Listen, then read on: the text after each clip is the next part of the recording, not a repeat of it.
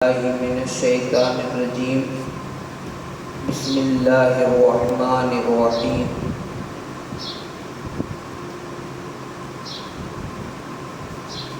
ان صلاتي ونسكي ومحياي ومماتي لله رب العالمین صدق اللہ مولانا العظیم وبلغنا رسوله النبی الامین المکین الکریم ونحن على ذلك من الشاهدين والشاكرين والذاكرين والحمد لله رب العالمين بارگاہ رسالت مآب صلی اللہ علیہ وسلم میں بلا تاخیر درود پاک کا نذرانہ پیش کریں اور پڑھیں اللہم صلی علی سیدنا محمد علی سیدنا محمد و صحابہ وبارک وسلم صلاة و سلام علیکہ یا سیدی یا حبیبی یا رسول اللہ صلی اللہ تعالی علیہ وسلم۔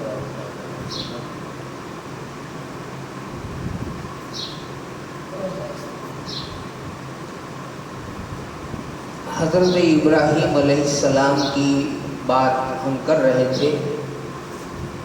آج مختلف کچھ ابراہیم علیہ السلام ہی کی باتیں ہیں، وہ مختلف حصوں سے لی ہیں، وہ بات بتائیں گے۔ حضرت ابراہیم علیہ السلام کا نام قرآن مجید میں 25 سورتوں میں 59 بار آیا۔ حضرت ابراہیم علیہ السلام کا نام 25 سورتوں میں 59 بار آیا، الگ الگ طریقے سے۔ ٹوٹل سورت ٹوٹل 25 اور کل ملا کر کے 59، 60 میں ایک اوچھا 59 بار آیا۔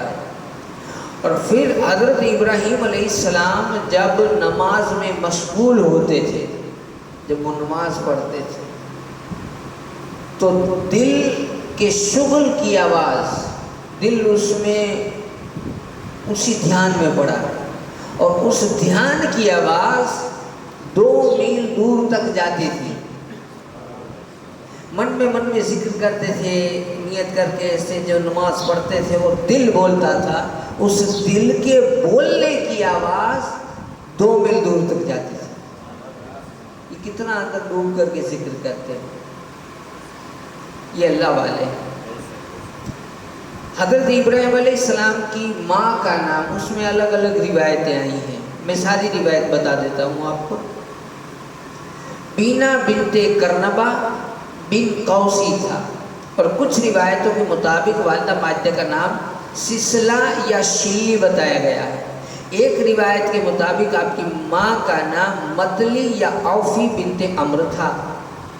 یہ تینوں روایتیں الگ الگ آئی۔ ابراہیم علیہ السلام کی ماں کا نام، ابراہیم علیہ السلام پیدا ہونے کے بعد، جیسے ہمارے یہاں بچے پیدا ہوتے ہیں لیکن بڑے ہوتے ہیں تو آج پیدا ہو گئے تو کوئی کل چلنا نہیں شروع کر دیں گے، لیکن ابراہیم علیہ السلام پیدا ہونے کے بعد ایک دن میں اتنا بڑھتے تھے جتنا دوسرے بچے 1 سال میں بڑھتے ہیں۔ ایک اکڑے دن میں، ایک دن میں اتنا بڑھ جاتے تھے جیسے کہ 1 سال ہو گیا ہو۔ پھر لگ بھگ 4000 سال پہلے، لگ بھگ 4000 سال پہلے ابراہیم علیہ السلام نے بیت المقدس پر، بیت المقدس، بیت المقدس سے 35 کلومیٹر دور جنوب میں ایک بستی، جنوب مطلب اتر دشا کی طرف، بستی میں سکونت اختیار کی، یہاں وہاں رہے، اور جس کا نام انہی کے نام پر الخلیل پڑ گیا۔ جب حضرت سارہ کا وصال ہوا، حضرت سارہ جب پردہ کر گئی تو حضرت ابراہیم علیہ السلام نے ان کی تدفین کے لیے، ان کو دفن کرنے کے لیے افرون بن سوہار الحیسی، وہ ایک نام ہے، اس سے زمین کا ایک ٹکڑا 400 نقرئی درہموں میں خریدا اور اس میں اپنی چہیتی بیوی کو دفن کیا۔ اس جگہ کو مغارہ مقفیل کہتے ہیں۔ حضرت ابراہیم، حضرت یعقوب، حضرت یوسف علیہ السلام، ان سب کی مزار اس غار میں ہے۔ حضرت سلیمان علیہ السلام نے وحی الہی کے مطابق ان نبیوں کی قبروں پر قبہ نما چھت بنوا دی تھی۔ اس غار میں حضرت سارہ کے علاوہ حضرت اسحاق علیہ السلام کی بیوی اور ان کا نام ہے حضرت ربقہ، اور حضرت یعقوب علیہ السلام کی زوجہ محترم حضرت ایلیا وہ بھی موجود ہیں، اور 513 ہجری میں صلیبی بادشاہ کے بردویل کے عہد میں اس جگہ زمین دھس گئی تھی، اور فرنگیوں کی ایک جماعت نے بادشاہ کی اجازت سے اس غار میں داخل ہوئی، اور ابراہیم علیہ السلام، اسحاق علیہ السلام، یعقوب علیہ السلام، یوسف علیہ السلام ان کو اس حال میں پا لیا، دیکھ لیا کہ بھئی یہ تو اس حالت میں ہے، تو ان کو کفن پوشیدہ ہو گئے تھے، اور وہ غار کی جو دیوار تھی اسے لگے ہوئے تھے، ان کے سروں پر قندیلیں تھیں اور سر کھلے ہوئے تھے۔ بادشاہ کو جب خبر ملی تو اس نے نئے کفن پہنائے اور اس کو بند کیا۔ یہ ساری بات بتانے کی وجہ کیا؟ اس سے کیا تعلق کہ بھئی یہ سارے نبیوں کی قبریں کھل گئی تھی، پھر آج سے 1300 سال پہلے یوں ہوا ہے نا؟ کیا وجہ؟ وجہ یہ کہ اگر ہم لوگوں کو اگر ایسا کوئی سمجھانا چاہے کہ بھئی جو مر گیا اس کا پھر پورا، اگر مر گیا اس کا پورا ہوتا تو سالوں بعد ان کے کفن بدلے جاتے، کیا ہڈیاں ہو جاتی تو ان کے کفن بدلے جاتے؟ نبی سب زندہ ہے، ولی بھی سب زندہ ہے۔ حضرت اسحاق علیہ السلام کا نام قرآن مجید میں 17 مرتبہ آیا، ان کے بیٹے۔ اب آپ کو اگلی روایت بتاتا ہوں۔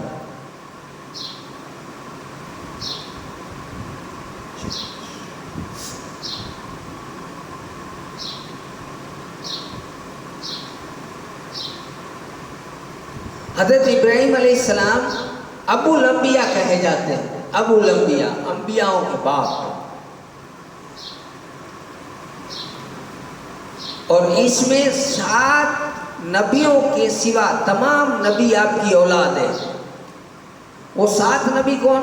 ایک تو آدم آپ کے بیٹے نہیں، سیس وہ بھی آپ کے بیٹے نہیں، ادریس وہ بھی آپ کے بیٹے نہیں، حضرت نوح وہ بھی آپ کے بیٹے نہیں، حضرت صالح، حضرت ہود اور حضرت لوط، باقی سارے نبی ان کی اولاد ہیں، ابراہیم علیہ السلام۔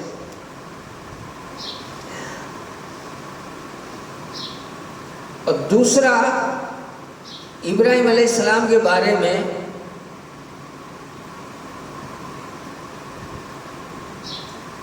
کہ نمرود کے ساتھ آپ کا مقابلہ تھا، ہے نا، جو بادشاہ تھا، آگ میں ڈالا وغیرہ۔ اب وہ بادشاہ مرا کیسے؟ وہ ظالم قوم کو اللہ نے فنا کیسے کیا؟ اتنا ظلم کرتا تھا، خود کو خدا کہتا تھا، ایسی قوم کو اللہ نے کیسے مارا ہوگا؟ کوئی بڑی طاقت بھیجی ہو، فرشتوں کو بھیجے ہو، بڑی فوج کو بھیجی ہو، آسمان سے پتھر برسائے ہو، آسمان سے پانی برسائے۔ جو جتنا سخت اور کڑک دشمن ہے، سامنے سے اللہ اتنا ہی نبڑا دکھنے والا ہے، اس سے کام لیتا ہے۔ جو جتنا بڑا طاقتور، اس سے ہی بڑا طاقتور ہونا چاہیے سامنا کرنے میں، لیکن اللہ کی شان الگ ہے۔ اللہ کہتا ہے کہ تو چاہے اتنی بڑی ڈیگیں مارتا ہے، پوری کائنات کو یوں کہتا ہے کہ میں سب کا خدا ہوں، اور تجھے کون مارے؟ دیکھ، میں تو نہیں آنے والا، اللہ تو نہیں آنے والا، فرشتوں کو بھی نہیں بھیجوں گا، فرشتوں کو بھی نہیں بھیجوں گا، ہواؤں کو بھی نہیں کہوں گا، پانی کو بھی نہیں کہوں گا۔ قوم موسیٰ جو ہے نا، جس کو پانی میں ڈبایا، نمرود کو کیسے مارا؟ نمرود کے لیے اللہ نے مچھروں کو حکم دے دیا کہ تم لوگ جاؤ اور یہ کام تمام کر دو، مچھروں کو بھیجا۔ اور مچھر کتنے تھے؟ ہمارے یہاں تھوڑے بہت مچھر ہوتے تو ہم کہتے ہیں بہت مچھر ہے بھائی، ریواتا نہیں ہے ہمارے یہاں ہو تو۔ اب یہ دیکھو، سنو، کتاب سے سناتا ہوں۔ نمرود کی قوم پر اللہ نے مچھروں کا عذاب بھیجا۔ مچھروں کی زیادتی کا یہ حال تھا کہ ان سے سورج چھپ گیا، سورج نہ ڈسایا، اتنا مچھر۔ اب وہ کتنے مچھر ہوں گے کہ سورج ڈھک گیا؟ اس میں بچے مانس ہم لوگ تھوڑے بھی نہیں رہتے۔ اچھا، سورج چھپ گیا، زمین پر دھوپ نہیں آ رہی تھی، مچھروں نے ان کے خون چوس لی، گوشت چاٹ گئے، سوائے نمرود کے باقی سب کی ہڈیاں ہی باقی رہ گئی۔ نمرود کو رکھا، باقی سب کو کھا گئے۔ نمرود کو کیوں رکھا؟ یعنی نمرود کو دکھانا ہے نا کہ تو دیکھ، یہ تیری جو قوم ہے، تو کہتا ہے نا کہ میرے پاس یہ سینک ہے، یہ ہتھیار ہے، ان کو میرا بھی ایک لشکر ہے، اور میرے لشکر میں تو بہت ہے، لگتا ہے میرے لشکر میں تو بہت ہے، تیرا کام تو یہ مچھر کر دیں گے۔ تو مچھروں نے اس کو ہلاک کر دیا۔ آگے سنیں کہ اس کے نمرود کے علاوہ سب کو کھا گئے۔ پھر ایک مچھر اس کی ناک کے ذریعے دماغ میں گھس گیا۔ کس کے؟ فرعون کے، یہ نمرود کے۔ نمرود کے ناک میں گھسا، ایک ہی مچھر تھا، اس کے ناک میں گھسا، کہتے ہیں کہ ناک میں گھسا اور وہاں گیا، مغز کا جہاں ٹھکانہ تھا وہاں جا کر کے اندر ہلتا تھا، اندر وہ حرکت کرتا تھا اور اندر کاٹتا تھا۔ جب اوپر سے اس کو دھمک پہنچتی تو کاٹنا چھوڑ دیتا، ابھی اندر وہ کاٹتا ہوتی، یوں کرنے کوئی مارے تو وہ تھوڑی دیر بیٹھ جائے، وری پاچھا کاٹنا شروع کرے تو وری مارنا پڑے۔ تو اب ایسا تو کتنی بار مارے؟ تو اس کے جو آس پاس والے تھے اس کے سر پر جوڑے مارے نے، سر پر جوڑے پڑے تو مچھر بیٹھ جائے، وری پاچھا ساتھ ہو جائے، وری جوڑے مارے، ایسے جوڑے کھا کھا کر کے مرا، جوڑے کھا کر مرا۔ اللہ کے حکم کے سامنے سر اٹھانے والوں سنو، یہ موت نمرود کی کیسی آئی ہے؟ اللہ کے حکم کے سامنے اگر ہم سر اٹھائیں گے نا تو حالت سب کی یہی ہونے والی ہے، پھر وہ چاہے غیر ہو، چاہے مسلمان ہو، چاہے کوئی ہو، اللہ کے حکم کے سامنے جو گیا وہ اس کی حال یہ کرتا ہے اللہ۔ تو کہتے ہیں کہ وہ اس کو کاٹنا چھوڑ دیتا تھا، جب اوپر دھمک پہنچے تو کاٹنا چھوڑ دے، چنانچہ دن رات اس کے سر پر جوتے اور تھپڑ ماری جاتی تھی۔ اب اس کے دربار کا ادب یہ تھا کہ جو بھی اس کے پاس آئے اسے 4 جوتے لگائے۔ پہلے دربار کا ادب یہ تھا کہ نمرود کے پاس جانا ہو تو جا کے یوں کھڑے رہنا، یوں سلام کرنا نہیں، یوں جھک جانا، پھر ایسا تھا۔ پھر جب مچھر جب سے گھسا تب تک جو بھی ملنے آئے نا 4 جوتے مارے، جو ملنے آئے۔ ایک مانس تو تھک جائے بھائی، سجو ڈی 24 کلاک جوتا مارنا اترے، یہ جوتے کھا کھا کر کے مرا۔ تو کہتے ہیں کہ سر پر جوتے مارتے تھے۔ اس سے پہلے 400 سال بہت آرام سے سلطنت اس نے چلائی، 400 سال تک، یہاں تک کہ سر درد بھی نہیں ہوا تھا، 400 سال ماتھے کا دکھاوا بھی نہیں۔ اسی لیے وہ کہتا تھا کہ میں خدا ہوں، مجھے کچھ نہیں ہوتا، نہ بخار آوے، نہ سر درد ہو، نہ کوئی تکلیف، نہ کچھ، کوئی چیز نہیں تھی اس کو۔ اور 400 برس اس نے سلطنت ہوگی، لیکن 400 سال کے بعد یہ عمر میں 800 سال سے کچھ کم عمر تھی اس کی اور مر گیا، جلیل ہو کے مرا۔ اور مفسرین نے لکھا ہے کہ یہ جو مچھر اس کے ناک میں گھسا نا مگج میں، وہ لنگڑا تھا۔ کیا تھا؟ لنگڑا تھا۔ درود پاک پڑھیں، اللہم صلی علی سیدنا محمد وعلی آل سیدنا محمد واصحابہ وبارک وسلم صلاۃ وسلام علیک یا رسول اللہ صلی اللہ علیہ وسلم۔ ایک بار اور درود پاک پڑھیں، اللہم صلی وسلم وبارک علی سیدنا و مولانا محمد معاذ صلاۃ وسلام علیک۔ مسجد کی چولی پھرانی،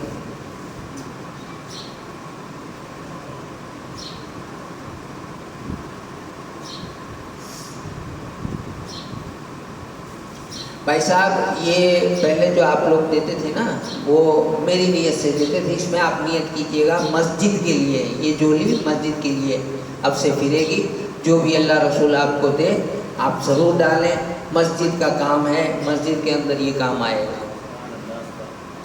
صلی اللہ علیہ وسلم۔ ابراہیم علیہ السلام نے مردوں کو زندہ کرنے والا واقعہ وہ بھی دکھا۔ اچھا بات ایک اور بتا دوں، کعبہ ہے نا، کعبہ کئی لوگ یہ سمجھتے کہ ابراہیم علیہ السلام نے ہی تعمیر کیا، اس سے پہلے نہیں تھا۔ نہیں، کعبہ آدم علیہ السلام کے وقت سے تھا، بلکہ آدم علیہ السلام کو بھی اگر چھوڑو، دیکھو سب سے پہلے کیا ہوا کہ پوری کائنات مخلوق بن گئی، سب کو اللہ نے پیدا فرمایا۔ پھر اللہ تعالیٰ نے اپنے عرش کے نیچے بیت المعمور بنایا۔ کیا بنایا؟ بیت المعمور، اور فرشتوں کو حکم دیا کہ اس کا طواف کریں۔ کیا کریں؟ اس کا طواف کریں، اس کی زیارت کریں۔ تو 70,000 فرشتے آتے تھے بیت المعمور میں، اپنی شان کے لائق احرام باندھ کر آتے تھے، اور وہ زیارت کرتے تھے نا جو بیت المعمور کی، وہ 70,000 فرشتوں کو ایک بار آئے پھر واپس دوبارہ اس کو حاضری نہیں نصیب ہوتی تھی۔ اور جب جناب آدم علیہ السلام دنیا میں تشریف لائے تو جناب آدم علیہ السلام جب زمین پر تشریف لائے تو عین بیت المعمور کے بالکل اگر ماپا جائے تو بالکل نیچے وہ کعبہ تعمیر کروایا گیا، وہ جگہ دکھائی گئی، اور اس جگہ پہ پھر فرشتے آتے تھے، اس کا بھی طواف کرتے تھے،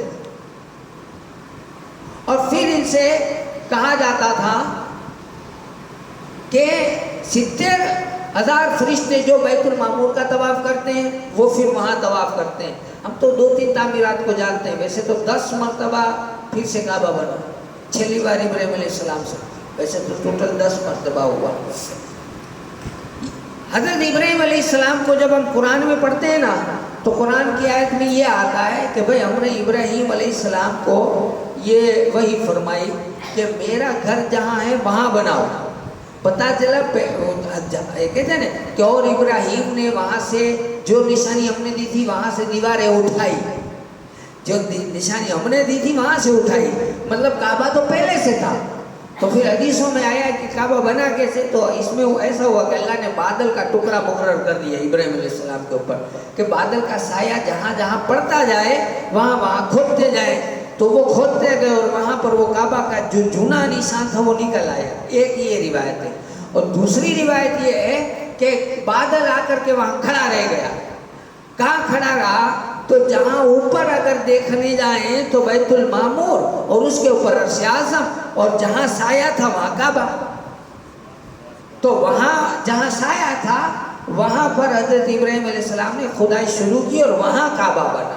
یعنی کعبہ تو پہلے سے تھا آدم علیہ السلام سے، آدم بھی اس کا حج کرنے جاتے تھے، تو یہ تو پہلے سے تھا۔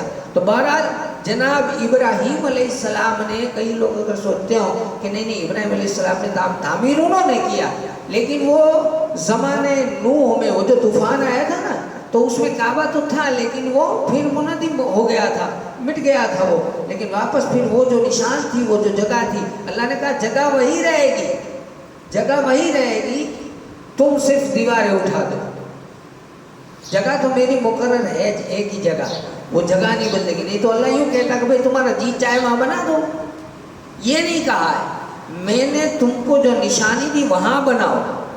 تو پتہ چلا کہ نشانی مقرر تھی، کعبے کی جگہ پہلے سے مقرر تھی، اور اس جگہ پر اللہ تعالیٰ نے حکم دیا اور ابراہیم علیہ السلام نے وہاں پر اپنے بیٹے کے ساتھ میں کعبے کی تعمیر کی۔ آگے کی بات اللہ تعالیٰ نے چاہا تو پھر کبھی ہوگی، اللہ سے دعا کرتے ہیں اللہ تعالیٰ ہمیں خوش رکھے، آباد رکھے، اور مسلمانوں کی تمام بلاؤں کو، آفتوں کو، مصیبتوں کو دور فرمائے۔ وآخر دعوانا الحمدللہ، السلام علیکم۔